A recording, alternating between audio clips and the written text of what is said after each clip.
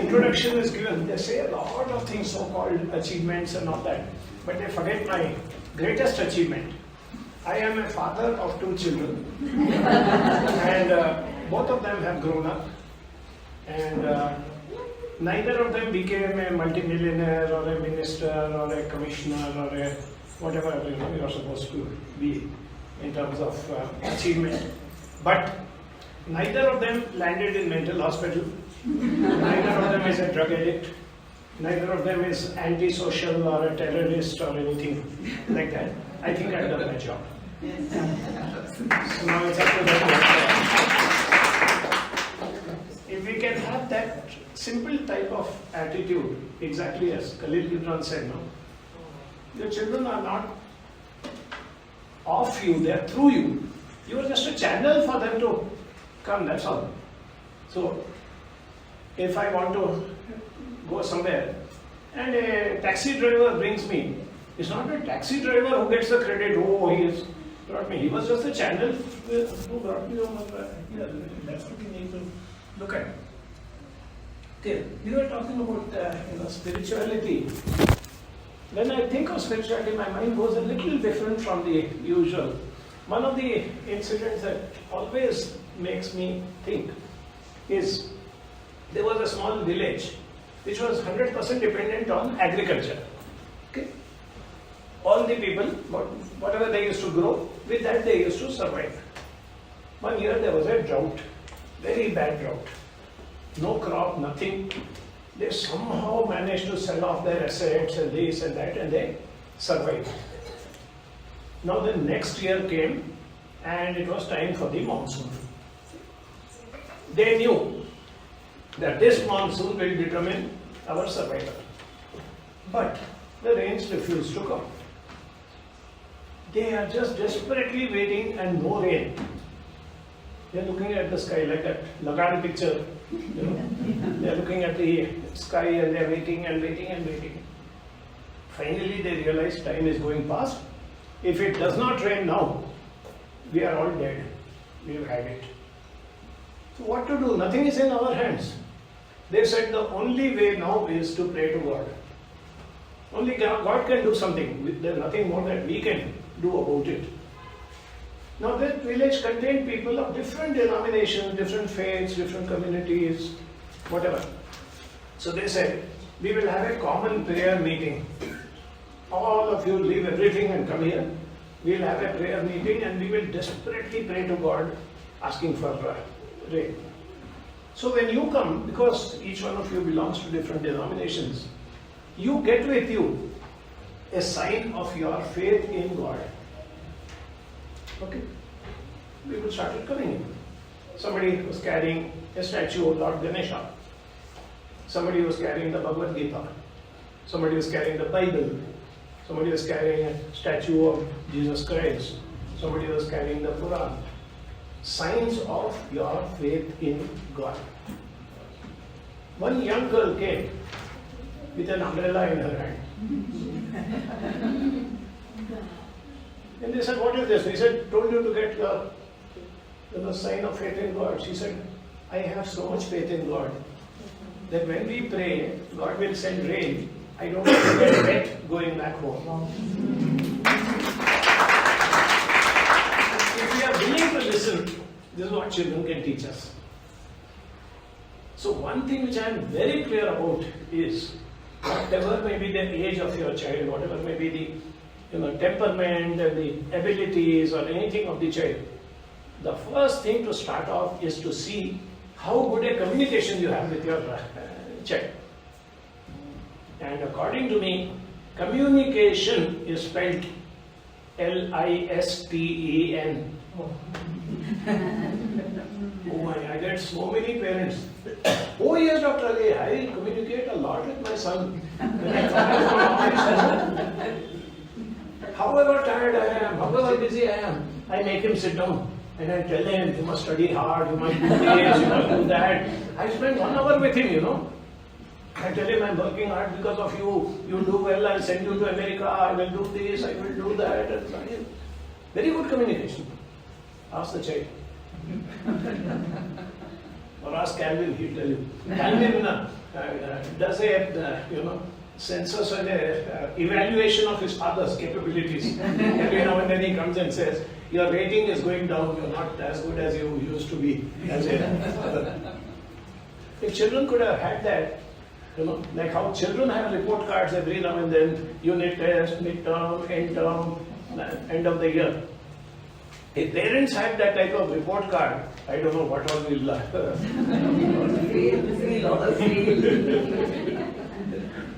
So that's what it is in simple terms. But there are a lot of things which I'm sure most of you are practicing. A few things here and there, but I'm very happy that instead of asking me to give a lecture, I'm being given these actual questions, which I can respond to. That makes it easier and makes it more applicable to you also. And that's why I brought my young colleague Tanaka also here. She deals with children on a regular basis. In our counseling center, we have a separate unit called Gurukul where we deal with children. It's not a school, but we look after children who have any special need, any requirement, anything where they are not fitting into school or where they are having some challenges and all that. So we try to pull those children up and all that. So she is one of those lucky ones who gets to spend her day with children. I am that horrible fellow who has to spend a day with adults. And I feel so jealous of these people. Maybe I can add. So ನಾನು ಕನ್ನಡದಲ್ಲೇ ಮಾತಾಡೋಕೆ ಇಷ್ಟಪಡ್ತೀನಿ. ಒಂದೇನು ಅಂತಂದ್ರೆ ಇವಾಗ doctor Ali ಹೇಳಿದ್ರು ಕೇಳಿಸ್ಕೊಳ್ಬೇಕು ಅಂತ ಅಲ್ವಾ. ಅವರು 2-3 ವರ್ಷ ಇದ್ದಾಗ ಮಾತಾಡೋದು ಎಷ್ಟು ಚಂದ ಇರುತ್ತೆ ಅಲ್ವಾ. ಮಾತಾಡ್ತಾರೆ ಇವ್ರು ಮಾತಾಡ ಆಮೇಲೆ ನಾವು ಸುಮ್ಮನೆ ಇರ್ತೀವಿ, ಮಗುಗ್ ಮಾತಾಡಕ್ ಹೆಚ್ಚು ಹೇಳ್ತೀವಿ. ಆದ್ರೆ ಬೆಳೀತಾ ನಮ್ಮ ಮಾತು ಜಾಸ್ತಿ ಆಗುತ್ತೆ, ಮಗು ಮಾತು ಕಡಿಮೆ ಆಗುತ್ತೆ. ಯಾಕೆ? ನಮ್ಮ ಮಗು ಆವಾಗ ಗೊತ್ತಿಲ್ಲದಿರೋ ವಯಸ್ಸಲ್ಲಿ ಏನು ತಪ್ಪು ಮಾಡಲ್ಲ ಅನ್ನೋದು ಇರುತ್ತೆ ನಮ್ಮಲ್ಲಿ. ಅದು ಬೆಳೀತಾ ಅವ್ರು ತಪ್ಪು ಮಾಡ್ತಾರೆ, ಎಲ್ಲಿ ತಪ್ಪಬಾರ್ದು ಅನ್ನೋದು ಮನ್ಸಲ್ಲಿದ್ದು ನಾವು ಅವ್ರು ತುಂಬಾ ಎಚ್ಚರಿಕೆಯಾಗಿ ಮಾತಾಡ್ತಾ ಇರ್ತೀವಿ. ಅದರಿಂದ ಯಾವಾಗ್ಲೂ ತಪ್ಪು ಹುಡುಕ್ತಾ ಇರ್ತೀವಿ ಹೊರತು ಎಷ್ಟು ಮಾತ್ರ ಏನ್ ಮಾಡ್ತಾ ಇದಾರೆ ಇಲ್ಲ ಊಹೆನೂ ನಾವು ಮಾಡ್ಕೊಳಲ್ಲ. ಎಷ್ಟು ತಾಳ್ಮೆಯಿಂದ ಕೇಳಿಸ್ಕೊಳ್ಬಹುದು. ಮತ್ತೆ ಯಾಕೆ ಕೇಳಿಸ್ಕೊಳ್ಬೇಕು ಅಂತ ಹೇಳ್ತೀರಿ ಅಂತ ಅಂದ್ರೆ, ನೀವು 2-3 ವರ್ಷದಲ್ಲಿ ಎಷ್ಟು ಕೇಳಿಸ್ಕೊಂತಿರೋ ಅದೇ ಏನ್ ಅನ್ಕೊಂಡಿರ್ತಾರ ಅವ್ರಿಗೆಲ್ಲ ಅರ್ಥ ಆಗಿದೆ. ಇವಾಗ ನಾನು ಕೇಳಿಸೋದಲ್ಲ, ನಾನು ಹೇಳಿದ್ರೆ ಸಾಕಪ್ಪ ಅನ್ನೋದು ಬಂದ್ಬಿಟ್ಟಿರುತ್ತೆ. ಆ ವಯಸ್ಸಲ್ಲೂ ಅವ್ರಿಗೆ ಹೇಳಕ್ ಎಷ್ಟೊಂದು ವಿಚಾರ ಇರ್ಬೋದು. ನಿಮ್ಮ ಹತ್ರ ಮಾತಾಡಿದಷ್ಟು ನಿಮ್ ಅವ್ರ ಫ್ರೆಂಡ್ಸ್ ಹತ್ರ ಎಷ್ಟು ಮಾತಾಡ್ತಾರೆ, ಯಾಕೆ ವ್ಯತ್ಯಾಸ ಅಂತ ನೀವ್ ಕೇಳ್ತೀರಾ. ಯಾಕೆ ನಾವು ಫ್ರೆಂಡ್ ಹೇಳ್ತಾರೆ ಪರವಾಗಿಲ್ಲ, ಅವ್ರಿಗೆ ಚೆನ್ನಾಗಿಲ್ಲ, ನೋಡು ಪರವಾಗಿಲ್ಲ ಅಂತ ಹೇಳ್ತಾರೆ. ಬಟ್ ನಾವಾಗಿಲ್ಲ ಸರಿ ತಪ್ಪು ಹೇಳ್ತೀವಿ. ಸರಿ ತಪ್ಪು ಅನ್ನೋದಕ್ಕಿಂತ ನಾವು ವಿಚಾರ ಮಾಡೋಣ, ಜೊತೆ ಕೂತ್ಕೊಂಡು ನಿಮ್ಮಲ್ಲಿ ನಂಬಿಕೆ ಬರ್ಬೇಕು. ನನ್ನ ಪೇರೆಂಟ್ಸ್ ಹತ್ರ ಬಂದು ನಾನು ಇದು ಹೇಳ್ಬೋದಲ್ವಾ. ಸಮಯ ಒಂದು ನಿಮ್ಗೆಲ್ಲ ಒಳ್ಳೆ good opportunity Balika. So moral values already ಹೇಳ್ಕೊಟ್ಟಿದ್ದಾರೆ. ಸೊ ಸಮಯ ಟೀಚರ್ಸ್ ನಿಮ್ ಲೋಡ್ ಆಲ್ರೆಡಿ ಕಡಿಮೆ ಮಾಡ್ಬಿಟ್ಟಿದ್ದಾರೆ. ಬಟ್ ಓನ್ಲಿ ಥಿಂಗ್ ಇಸ್, ಒಂದು ಸ್ಕೂಲ್ ಟೀಚರ್ಸ್ ಆಗಿರ್ಬೋದು, ಬಾಲಿಕಾಸ್ ಟೀಚರ್ಸ್ ಆಗಿರ್ಬೋದು, ಒಂದು ಆಸ್ ಅ ಪೇರೆಂಟ್ ನನ್ನ ಮನೆಯಲ್ಲಿ ಅದನ್ನೇ ಫಾಲೋ ಮಾಡ್ತೀನಿ. That is very very important. Because teachers ನ ನೋಡ್ತಾ ಇರ್ತಾರೆ, ಬೇರೆಯವರು ನೋಡ್ತಾ ಇರ್ತಾರೆ, but parent is first role model. So ನಾವು ಮನೆಯಲ್ಲಿ ಎಷ್ಟು ನಿರಂತರ consistent is something that is very important with children. ನನ್ನ ಮನ್ಸಲ್ಲಿ ಇವತ್ತು ನಾನು ಸುಮ್ಮನೆ ಇದೆ ಪರವಾಗಿಲ್ಲ, ನೆಕ್ಸ್ಟ್ ಟೈಮ್ ನಾನು ಮಾತಾಡ್ಬೋದಾ, ಹೇಳ್ಬಿಡಿರಿ ಏನಾಯ್ತು ಇಲ್ಲ. 2-3 ತಿಂಗಳು ಬೇಕಾಗುತ್ತೆ ಆ ಮಗುಗೆ ನಿಮ್ಮ ಮೇಲೆ ನಂಬಿಕೆ ಬರುತ್ತೆ. So consistency is something that as parents we have to follow. Anyone who does not understand Kannada?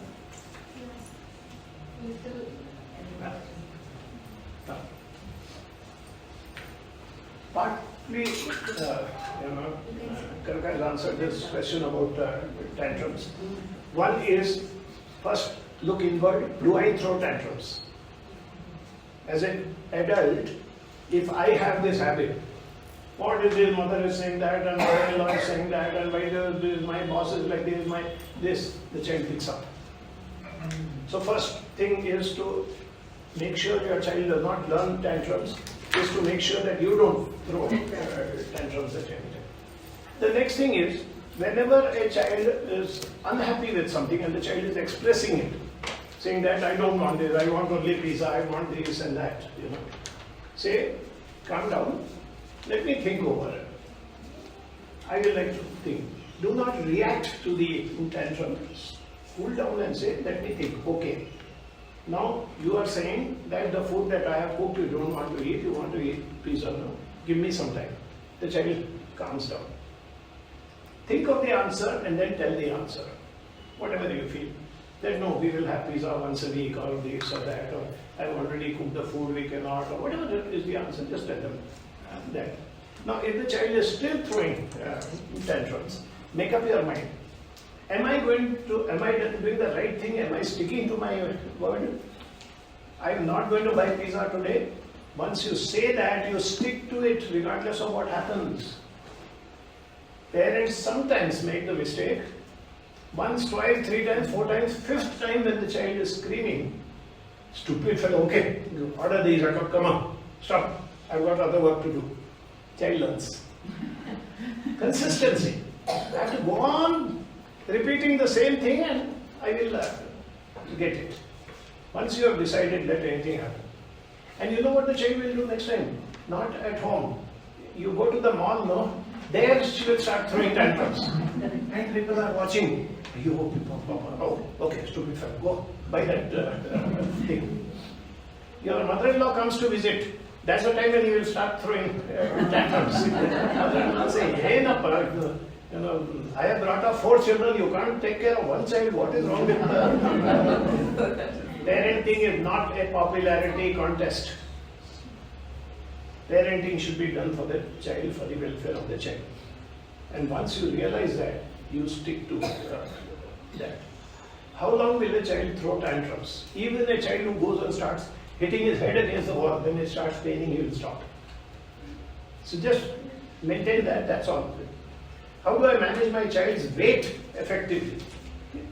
Here there are a number of factors. The first is metabolism. There are people who hardly eat any food but they are overweight.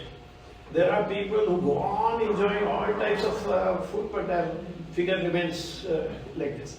So the first thing you do is get the child checked whether metabolically there is something wrong why the child is putting on weight. If they say no, nothing, it is only because of overeating and all that. The same thing as in tantrums. Start off slowly by getting it in. Today we have very good nutritionists available in Bangalore. They will give you a very clear idea about what adds to the weight, what doesn't add to the weight, and how you can maintain the weight and all these things. How to help the child focus on their studies. You saw the studies on the animals. Let us first accept that the whole education system is not preparing the child for this thing. It's like the 2 wings that you saw. It's only that secular wing one. A child is trying to fly with only one wing. Unless there is the other wing, the bird cannot balance, the child cannot go. Now, you can't change the education system. But what you can do as a parent is to make the child understand the importance of education, how it is going to help. And what will not help is to say, unless you study hard, unless you get good qualifications, you will not be able to earn money. Your child will immediately tell you, that minister, that multi-millionaire, that fellow, he dropped out of 4th standard, he failed in SSLC, he is the richest guy, so don't try to tell me that. No. You tell, I want you to hold your head high and be able to deal with people when you grow up. Any challenge, any new thing, anybody comes up, you go to any part of the world, you should be able to handle. That is how education helps. And then ask the child, inevitably, every child likes some subject, does not like some subject. So when you say studies, don't generalize. There will be subject that the child likes. You say, good, you like this subject, you study. This subject you don't like. You don't want to study. You say, when you grow up, you would like to buy a car? Yes. How many wheels does a car have? 4. Supposing somebody says, why 4 wheels? I will buy a car with only 3 wheels. Will that car run? It will not run. All 4 wheels are needed. Okay. Car has 4 wheels. Is it enough? Ask the child. If the child cannot answer, say, there is a 5th wheel, the steering wheel. It has 4 wheels, but unless the steering turns and takes you in the direction, you will not reach. So 5th wheel is needed.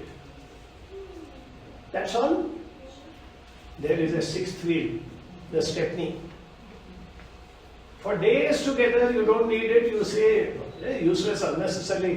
Why did I have that stepney? It is not doing anything. You are going on some road, long distance in the middle of the night, and you have a puncture. That is the day you realize the value of this stepney. Otherwise, you are stuck the whole night over there. So there are subjects which you don't like, which are boring, which are difficult, but you don't know where it will be useful. When you grow up, you want to go to America, Germany, Japan, you want to do this, you want to be the CEO, you want to do this, no? You need a stepney. And that stepney is that subject which you don't. Somehow we need to make them understand, which, unfortunately, not too many teachers do. That is, help them understand and then come to the specific subject in which the child is not. I don't like history, supposing the child says. Give an incident. You had a friend. You trusted him very much. You thought he is your best friend, he will be with you. Then he cheated you and let you down. You know what happened in history?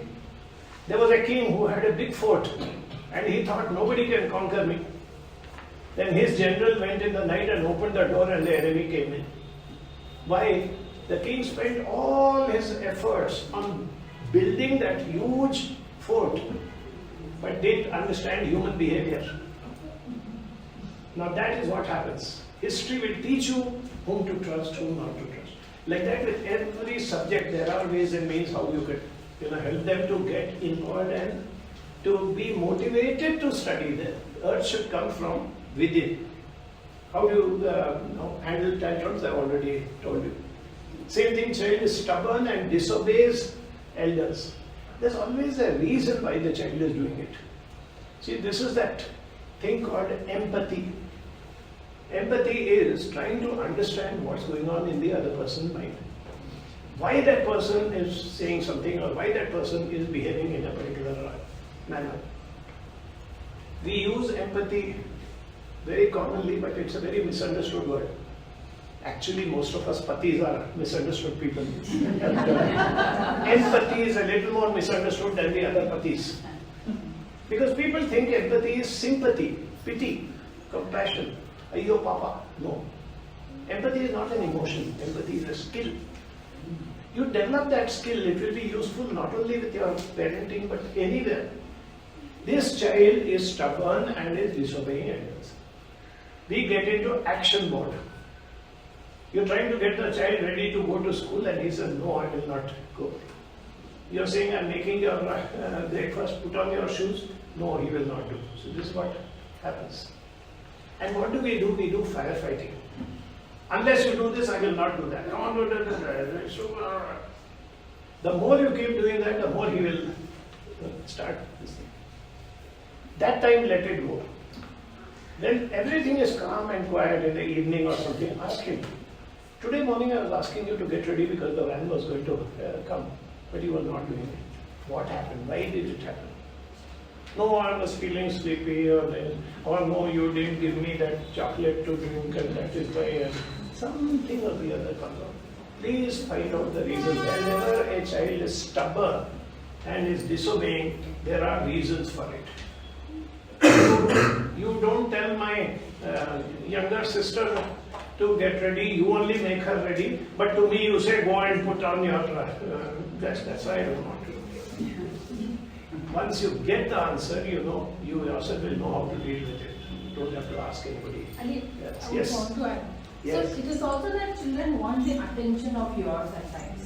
They may be any age. ಎಷ್ಟೇ age ಆದ್ರೂ ನನ್ನ ಮೇಲೆ ಒಬ್ರು ಯಾರನ್ನ ಗಮನ ಕೊಡ್ತಾ ಇದ್ದಾರೆ ಅಂತಂದ್ರೆ ಎಷ್ಟು ಇಷ್ಟಪಡ್ತಾರೆ. ಹಿಂಗಾಗಿ ಇವಾಗ ಹಸ್ಬೆಂಡ್ ಇಲ್ಲ ಸ್ಪೌಸ್ ನೋಡಿಲ್ಲ ಅಂತಂದ್ರೆ ಏನಾರ ಮಾಡ್ತೀರಾ, ಇವತ್ತು ಚೆನ್ನಾಗಿ ಅಡುಗೆ ಮಾಡಿದ್ರೆ ಅವ್ರು ಹೇಳಿ ಅಂತ. Even for the child, your attention, maybe for few minutes or something is very important. Give that complete attention to the child. And maybe some of the things can be definitely handled better. Yes. Same thing with the next question. Child does not follow order but does the opposite. The child wants to throw a challenge at you. You say, first do your homework and then you can go and play. He will say, no, I will go and play and then leave. Even if he doesn't want to. The other day there was this, in the evening I went for a walk, it was threatening to rain. It was just about to rain. So I was walking fast to reach home, which was just 2-3 minutes away. At the junction, I saw one child on his cycle, he had that small cycle. And he's standing there doing nothing.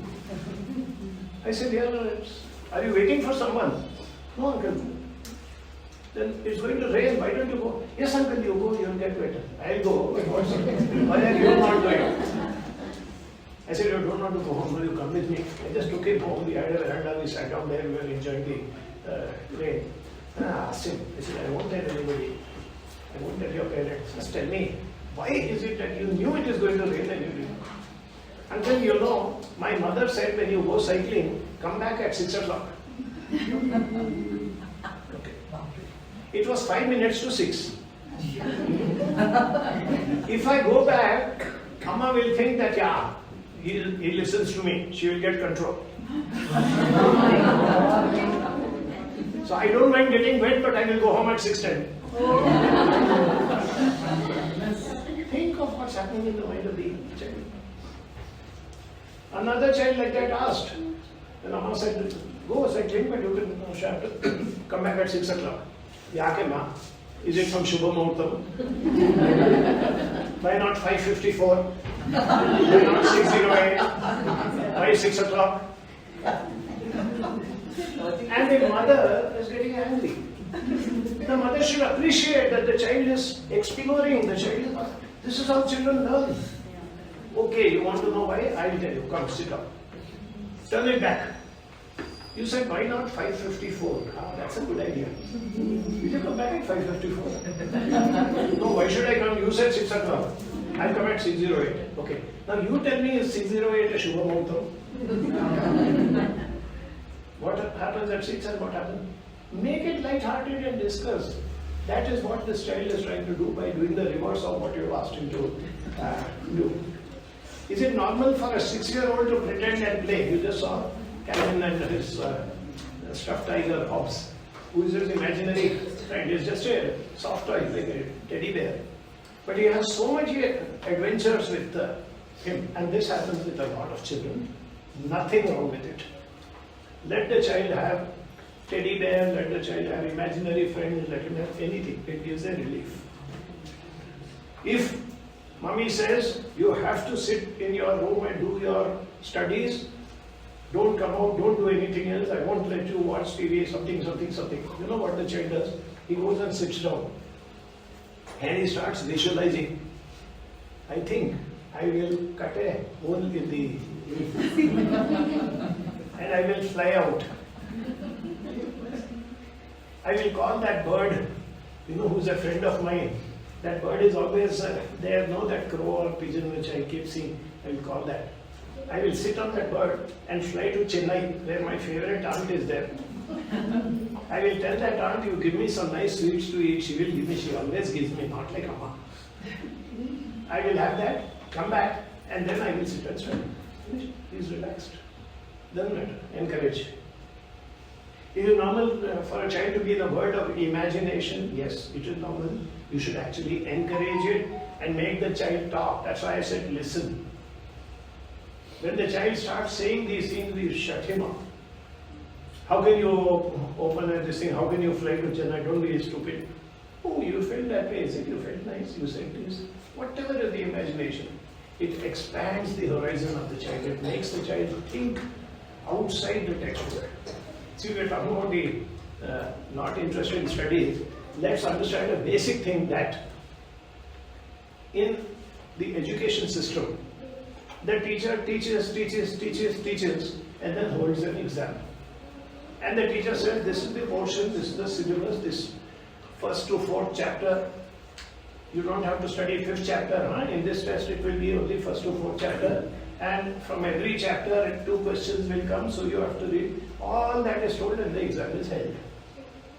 In real life, you first face the exam and then you learn how to cope with it.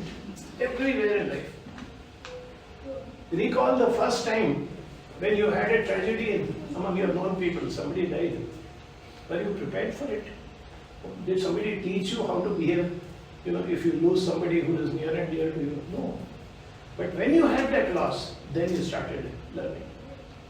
You had a setback, you lost your job or whatever it is. Or you had a breakup with somebody close to you. You never visualized that such a thing is going to happen. Once it happened, then you start thinking, what went wrong? Why it went wrong? How do I prevent this from happening? How do I overcome this? So that is what life is all about. And explain that also to the children. Does gentle parenting work all the time? No, not at all. There are times when you have to be firm, but firm not in the sense of having a shouting match. If the child says, why do I have to do it? You have to do it. It becomes a competition, who can shout louder. And if your child is small, he looks up at Amma and says, with huge giant, she can shout more than me, she is stronger than me, so I better listen to her. That is what we call as forced compliance. It goes on and on and on, till the child grows up, comes to adolescence. One fine day when Amma is giving him strict instructions, he realizes, I'm not looking at Amma like this, I'm looking like this. So when she says, you listen to me and you see what I do, he looks and says, what will you do? And Amma looks up like this and says, what will you do? And that's where the problems start. I'm going to come to that when we talk about teenage. But gentle parenting all the time doesn't work. Strict parenting doesn't work. You have to understand that. And the easiest way to do that is to have certain rules and regulations which are non-negotiable. That is where you have to be firm. Quietly firm, not shouting and this and that, but saying, you can say what you want, you can shout at me, you can throw tantrums, I don't care, but this we are not going to do. And you have to be consistent and you have to be a role model. Supposing you are a pure vegetarian family. The child comes and says, all my friends eat chicken, why should I not eat? Come on, I also want to eat. Explain. We have nothing against them, that is their lifestyle. We are vegetarians, we don't eat, and we are going to stick to that. Once you grow up, you decide what sort of lifestyle you want to have, I will not stop you. But till you are in my house and in this, we conform to that. And there should be consistency. The child will watch. There is a party and they're all gone. Daddy's boss is saying something. What is wrong? Why do you feel that tera dharam bhrasht ho jayega kya? Khake dekho, have you ever eaten? Do you know the taste of chicken? Try it out sometime. If daddy turns to him, he is boss. Thank you, sir. I appreciate your concern for me, but it is something very important. I don't do it. The moment the child sees that, he knows that this is non-negotiable, and that is where he follows. There are so many other small things there. Allow. Say, I don't like it, but I don't want to be very strict. So if you want to do it, go ahead and do it. But I am going to be unhappy. As far as discipline is concerned, it's a very, very simple rule. If the child has done something, let's say the child was told that that is an expensive electronic thing, you should not touch it. When you were not looking, he went and started fiddling with it, or he spoiled it, or whatever it is. Now you have to discipline. It's something which he has spoiled. You had already told him not to do it. Do it in these steps. First, describe what he did. Half the time, children don't know why they are being punished. You start off by saying, what a useless fellow, you'll never listen to me, you don't do. What is it? What happened? I know. Because he had done that half an hour back, he's already forgotten. Describe. I had told you clearly that that is an expensive equipment that belongs to that Anna. You should not be touching that, but you did it and it has got spoiled, or it could have got spoiled. Then tell what is the impact. You can get a shock from it, or it can get spoiled, that bulb can go off or something like that. Describe whether you understand or not. Describe it. Third is tell what I felt. I felt disappointed. I felt sad that although I've told you, you still didn't listen to me. I got very embarrassed because poor chap, he had brought that projector for us, and now that projector is spoiled or is going to get spoiled. I felt very embarrassed. Tomorrow I can't request anybody for it. And fourth and equally important, tell him alternatives. This is something we have to understand. Whenever you are disciplining a child, do it with alternatives. Today morning we did a workshop in which we were talking about screen addiction. How to prevent children.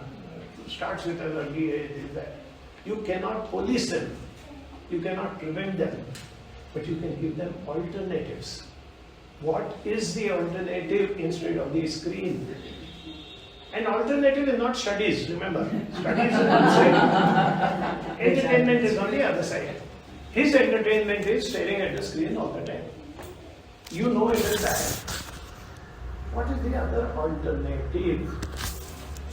You may not even remember when the child was smaller. He would come every evening when Appa comes home saying, come, we'll play this Ludo or some board game or whatever it is. Oh, not today, I'm very tired. We'll play on Sunday. Okay, fine. Sunday, Appa, Ludo, we'll play.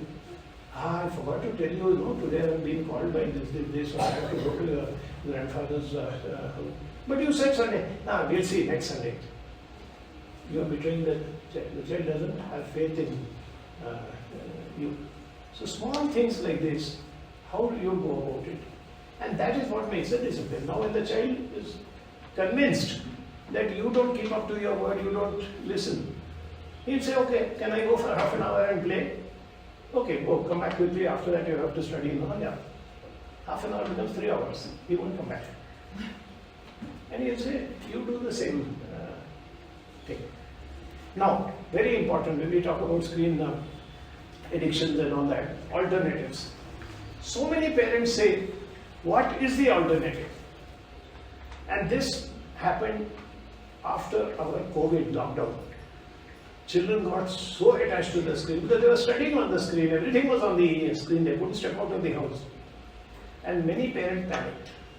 So we started a complete project exploring what you can do, what children can do away from the screen. Individually, when he is alone, what he can do. If he's got a brother, sister, or neighbor, or what he can do. What he can do in a group. What he can do with parents and family. What he can do indoors, what he can do outdoors. We now have a collection of over 200 such activities. Do we have that activities? I kept it up. No, it's there, no? Yeah. You can have a look. We have made it into a small book. Almost 200 different activities. One is away from the screen, and the other is where the mind and body are stimulated. The main problem of screens is that you are sitting and watching. Your mind is not being stimulated. That's why when the TV came, they started calling it idiot box. Yeah. Because converting children into idiots are sitting and staring at the TV. So that is what I want you to understand. Okay. My child seems to be always in a bad mood and complaining. What could be the reason? What could be the reason? Your child is your child. He's an individual. You have to find out the reason. I can't tell you the reason. Nobody can tell you the reason. The teacher cannot, nobody else can tell you. You have to find out the reason. And that's what I told about empathy. Find out the reason for it. Yeah. And also, one thing about the positive regulation of self and how are we talking in the home. Okay? How is our conversation as adults when the child is present is very important. How we are correct. At times, number frustration, everything, but there is the reason behind it. So if you can be able to talk to the child about it. Okay? So when you are a parent complaining a lot of things, there are things that it is okay to complain. Okay, so make sure that you also have a very positive talks that child also picks up on the positive talk. Yeah. I give you an example. There is a younger brother or sister. Obviously that one needs more attention from you. Earlier, this fellow was the prince of the house. All attention was to him. Now one little one has come into the family. And Amma seems to be paying all attention to the little one. He cannot tell because he says that is my sister, that is Amma's child. She will feel bad if I say I'm not supposed to say anything against her child. But this is where it comes. If you are sensitive enough and you ask, are you feeling that I'm giving too much attention to your sister? Are you feeling neglected? Are you feeling this way, that way, whatever it is? That is what you need to do. This is the. Okay, just show it after the session. They can. After the session, there will be a bookstore where you can look at the books that we have got for Dr. Ali Khwaja January, and you can buy it from us. Focus, grasping ability, concentration, does it get passed on through genes? Partly it depends, the genes depend on the IQ, intelligence quotient, cognitive intelligence, buddhi. That to a great extent is inherited, and it need not necessarily be that a high IQ parent should produce a high IQ child, but in some way, some gene permutation, some DNA, something happened. If the child has got low IQ, or any other neurodiversity as we call it, the child is under the autism spectrum disorder, the child has got Down syndrome, the child has got anything like that, intellectual disability, then yes, we have to, and that has to be dealt with by experts. Our Gurukul, as I was telling you, we do assessment. If you have any doubt that this child may be having what we call as special needs, then you can come, we can do an assessment and tell you if it is there. If that is the case, we have to take that into account. If that is not the case, then all these things like concentration and grasping ability and focus and all that is by the environment. It is not inherited. There are reasons why the child is not focusing, why the child's concentration span is going down and all these things. And again, the screens are bringing down this thing. Today, because children who are continuously on the screen, they are saying their attention span has come down to 45 seconds. You can try it out and see. The child is looking at some reels, some Instagram, that, whatever it is. Just observe him closely. Within 1 minute, he will do like this, then like this, then like this. It is something of his entertainment. He likes it. It is not something imposed on him. But he gets bored and he moves on. And that is what is taking away the concentration. How does one recognize mental health symptoms in 5 years old? That's what I explained just now. If you are getting a doubt that there may be something wrong, it could be mental health in the sense that the child is frustrated, the child is angry, the child is resentful or something like that. Or it could be neurodiversity, meaning to say his mind works in a different way from the average child, whatever it may be. So we can do that assessment. What role do parents play in shaping their child's IQ? IQ, as I said, is one thing which to a great extent is inherited through the genes. So I keep telling children also that if you're standing first in class and if you're very, very intelligent, no credit to you. You thank your parents and grandparents and great-grandparents. They have passed on that genes to you, that's why you're doing it. But how much hard work you do, how you put it into action, how much of these values and these things that you imbibe, that is something which you have to look into. Okay, how can a child handle bullying by peers in a new environment? Again, we have made out, if anyone is specifically interested, you could write to us. We will give you some tips and techniques which we have made out for today. But the gist of it is that empower the child to deal with the bullying, not stepping in. Oh, you were bullied in the school, I will come and talk to your teacher, I will talk to the... No, as far as possible, avoid it. Same way, make sure that the child doesn't do things like fighting with that person or hitting him or something.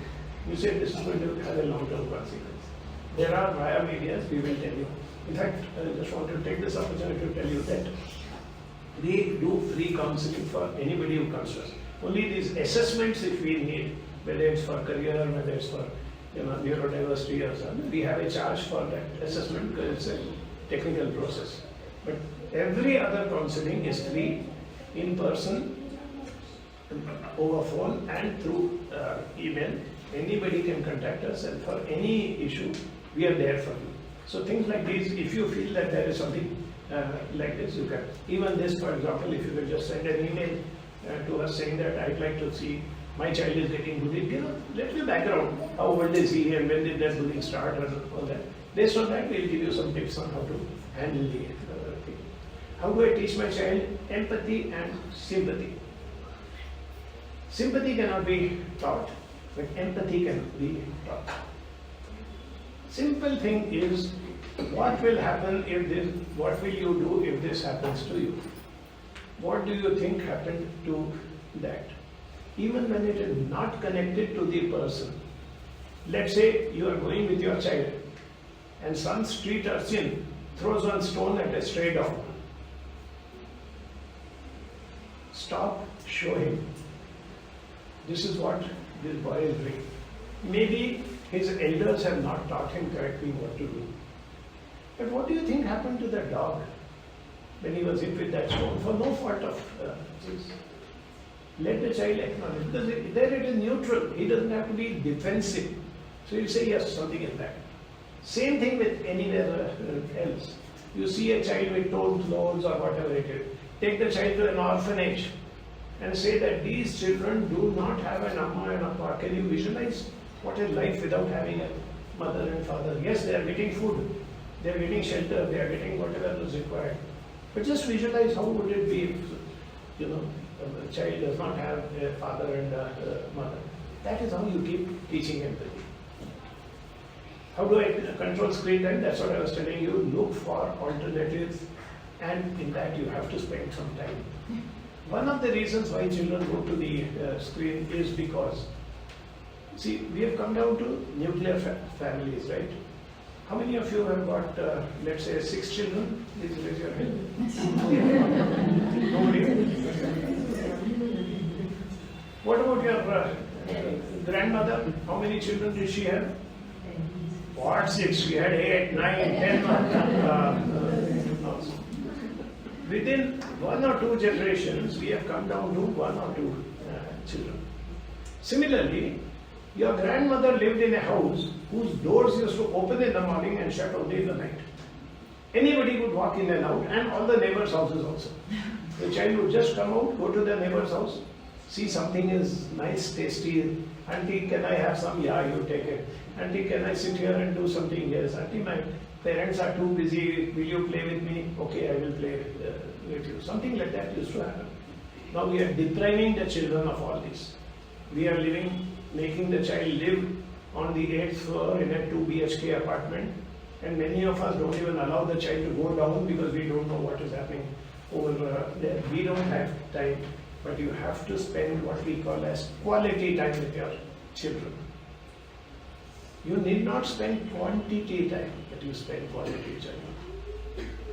Whether you are a father or a mother, if you are working, you step out of the house, or even at home you are doing your work from home, but you are busy. This time I am at work, I don't have time. When you finish that, spend quality time. If the father comes home and says, I'm very tired, Abba, that stupid boss of mine, he's doing this and doing that. Your child is not your counselor or therapist. Why do you have to tell all that to the child? Say some nice things that happen to you. Enjoy with him, ask him what he's doing, listen to him, make him talk about his emotions. Okay. So lastly, we move into teenagers. How many of you have teenage children? Can I see by raise of hands? About half of you. I want the other half to concentrate on what I'm saying. Because those who raise their hands, they already know they are going through this. What we have done wrong. But those who are very happy when you have smaller children, let me tell you, a small child is like a puppy dog. The moment you reach home, that puppy comes running behind you, wagging his tail. Even if he says, hey, shit, Don't disturb me, I am very tired and all that. He will whimper, go to one side, after 1 minute he will again come back. Even if you give him one back, he'll again come and lick your hand. He will be there regardless of what you do. He is hungry, you are not feeding him, you are busy, he will do, but he will not do anything against you till he comes to adolescence. And then he converts from a puppy dog into a cat. The cat sits in one corner and says, "You get my milk over here. You are calling me, why should I come? You want my company, you come over here." There's a quote which says, if you pick up a dog from the street and look after him, all his needs, he looks at you and says, "You are taking such good care of me, you're looking after all my needs. You must be God." You do the same thing to a cat. You bring that cat and keep it and take care of all its needs. She looks at you and says, "You are taking care of all my needs. I must be God." So be ready. This is what happens. And don't pass the buck. Don't say it is because of media, it is because of friends, it is because of school. No. It is because of what you did till the child came to adolescence. Forced compliance, I gave you that example. But when the child comes to adolescence, two important basic things before I go into this. Number one, a teenager, an adolescent, is a part-time adult and part-time child. And he will decide which part-time. There will be times, see the mothers of teenagers, how they are agreeing. Then he wants to be macho. I am this, I am that. You don't have to tell me, I will do. It's my life, all that. Few hours later, he will come to you and say, "Amma, I'm feeling tired, you feed me, no, please." If you can adjust yourself to that, you're on your way to dealing with the teenage issues. Now, what are teenage issues?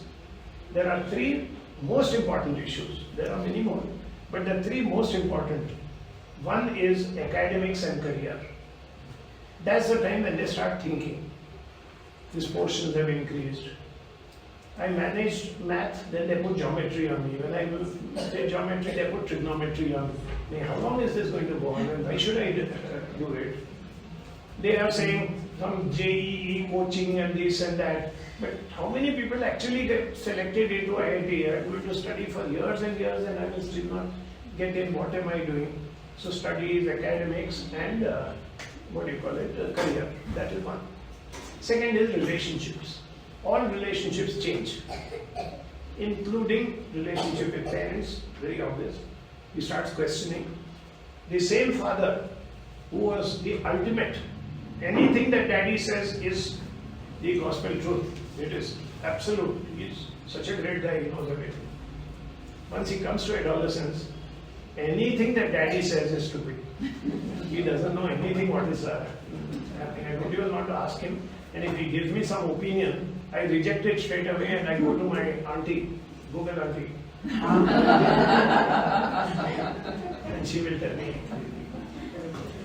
Relationship with siblings. The same fellow who used to hold the hand of his little sister and take him to school and look after her and this and that. Now suddenly he has become a teenager. You keep away from me. Don't come. You go and play with your friends. You don't come near when my friends are sitting here. Okay?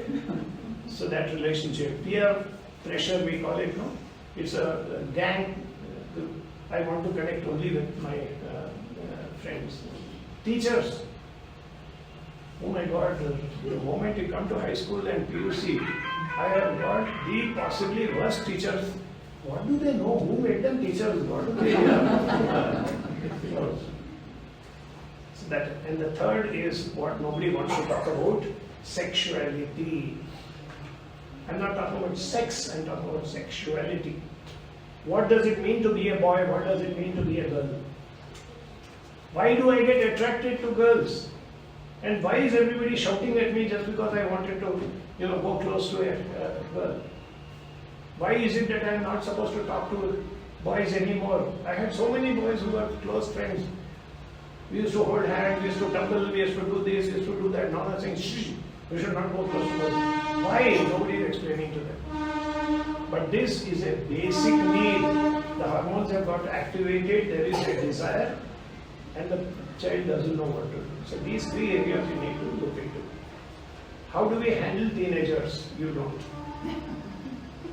Let them handle you. We normally have a habit of, connecting two words. Teenage problems. I know. As though it's a hyphenated word. Teenage problems.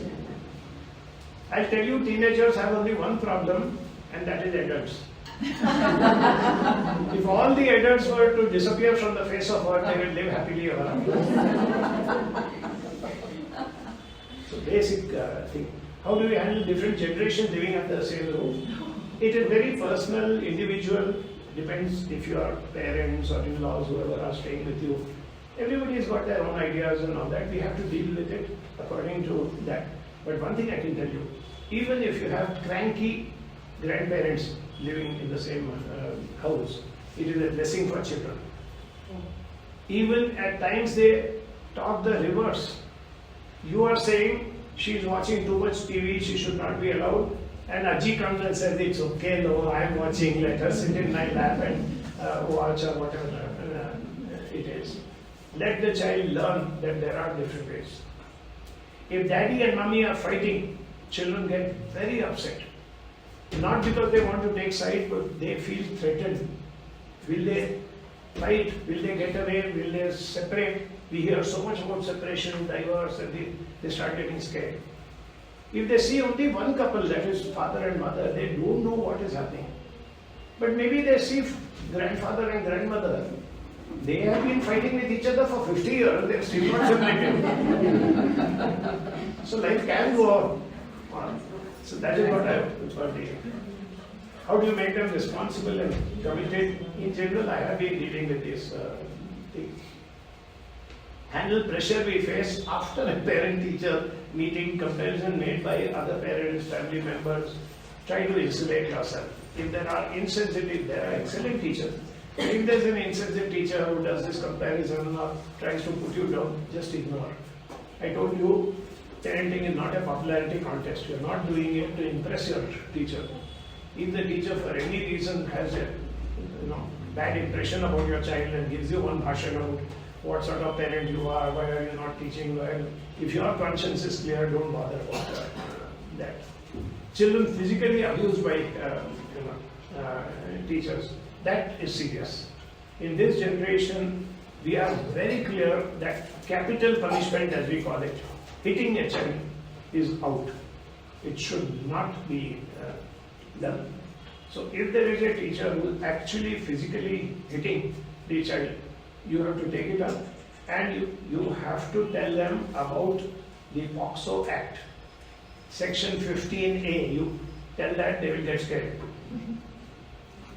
That teacher can be imprisoned for 3 years for hitting a child. That is the law. It doesn't happen, that's a different way, but you can use it to caution teachers. If anything like this happens, you say anything else, any other form of discipline, I'm okay, but hitting the child is not okay. And please also follow the same thing yourself. Discipline with regard to screen time, I've already told you. How do I bridge the language gap? Children speak a different language, you know that. No? Earlier, children used to speak the mother tongue of their parents. Now, for example, if I send a long message to my daughter saying that I am held up over here, I am getting half an hour late, what you do is you cook that thing, but don't make the rotis, and I will come home and I will do this, whatever it is. I get a reply, okay.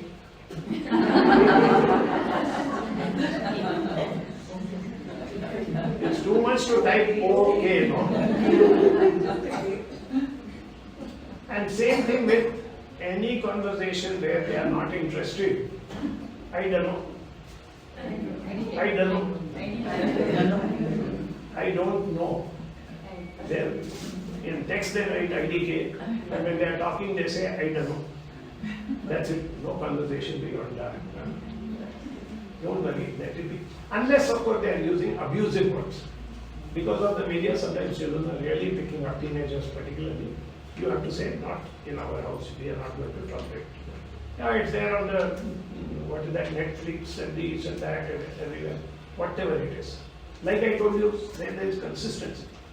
But the child should not hear either parent using bad words. Then only it works. How to navigate modern parenting holding traditional values.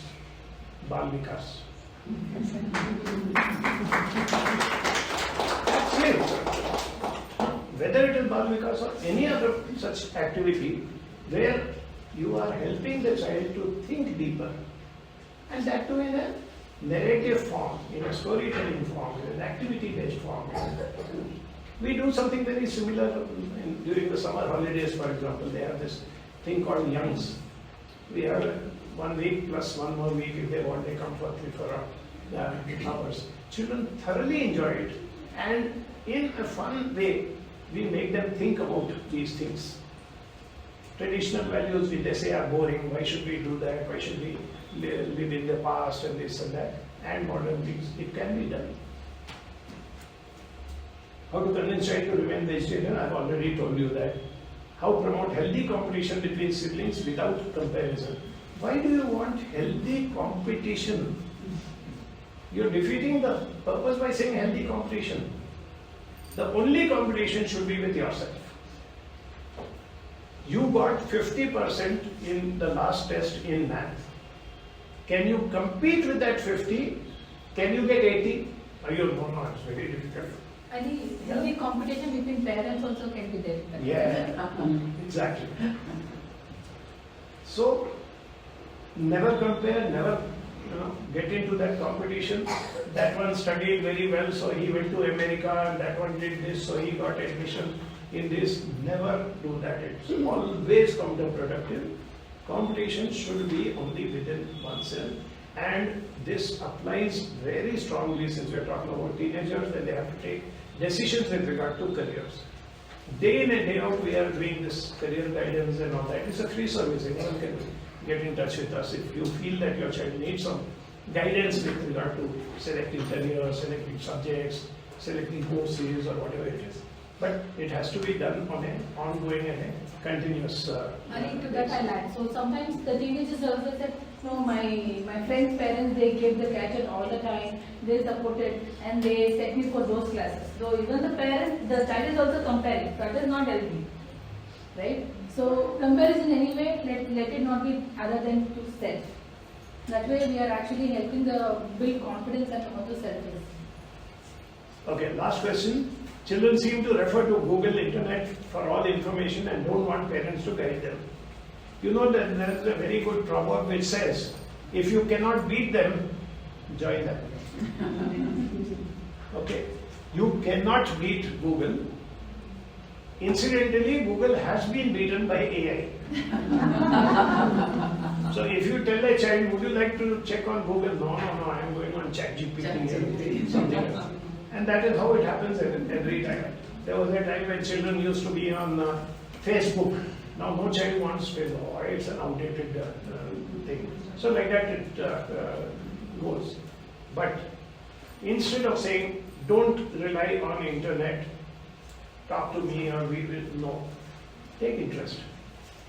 In Google it is clearly written. If you are saying that you have a copy, you want to distribute that? Yes. Yeah. Our newsletter is there, which contains our phone number and our email ID. Like I said, anytime any one of you wants to get in touch and seek any type of guidance or whatever, it is either for yourself or your child or anybody known to you also, we can do it. And we have counselors who speak all languages also. If there's somebody who is not proficient in English, we have counselors who can respond in Kannada, Tamil, Malayalam, Telugu, whatever, Hindi, all these things. So please keep in mind, it's an ongoing process. you have to adapt yourself depending on the age of your child. And please keep growing with your child. Don't treat your 8-year-old the way you treated when he was 5 years old. Don't treat your 12-year-old the way you treated when he was 8 years old, etc. Continue with that. And one fine day, you will suddenly be sitting at home like me, saying, what happened? The children have already grown up and they have gone away. Whenever my children come to me, I tell them, why did you grow up? Life was so beautiful when you were there. We used to keep our mind all the time occupied, what to do, see, she is irritating me, she is doing this, she is doing that. I had a purpose to my life. That purpose is gone now that you have grown up and now you have settled. Wait for that day to come. Okay, thank you. Take a lot of time.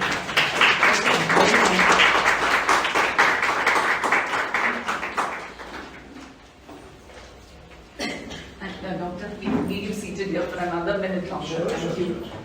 Thank you. I'm sure you'll share my opinion in saying that it was a wonderful, totally hands-on way of responding to children. It was not just some bookish knowledge. It was really a very, very practical approach to all the problems that we're all dealing with. So thank you. I hope we are all able to put it into practice ASAP. We would like you to. We have some gifts for the alumni, the boy and the girl. Please be seated. I think Vaibhavi has already left. Yeah, Vaibhavi has left. So Jitesh has also left. Sanjay has also left. Okay. I'm sorry, they all have. Okay. So Dr. Aditi, please come up on stage. Aditi will be receiving the gift on behalf of her husband Sanjay, who came and spoke as a parent, and Jitesh, who also came and spoke as alumni.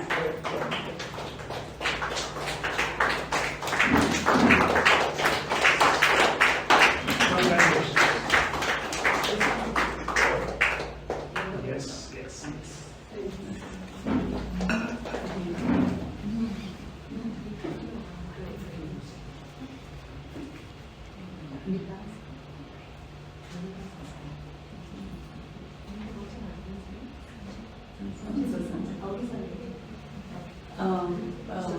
Mr. Sanjay, can we have him on stage?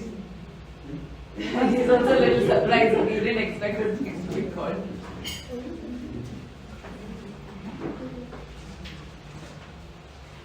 Doctor, he's also a parent of one of our students. Yes. And her husband, Vinata, she's on the sang song. We would like you to present it, please.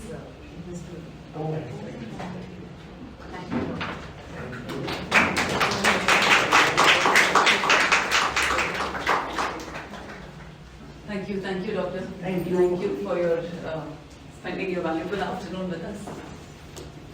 And please sit. No. Yeah, we'll move on. We just have one segment left, and it's a talk by Swaroop. Oh, okay.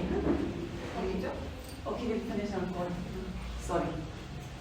Swaroop is an alumnus from the Sathya Institute of Higher Education. Yes.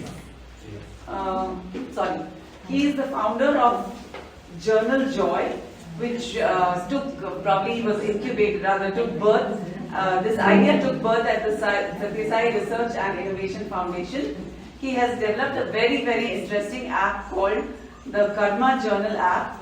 It's an app. Most of us know what apps are today. It helps children to build positive habits through journaling while giving parents daily guidance and meaningful insights. I will call up Swaroop to come and give a clearer picture of what he's doing.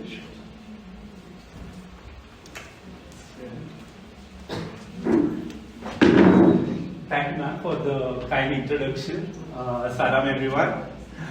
So let me just start with a simple question. I know all your children have been part of Balvikas, and if I were to ask you, which is one human value which you want to see strongly in your child?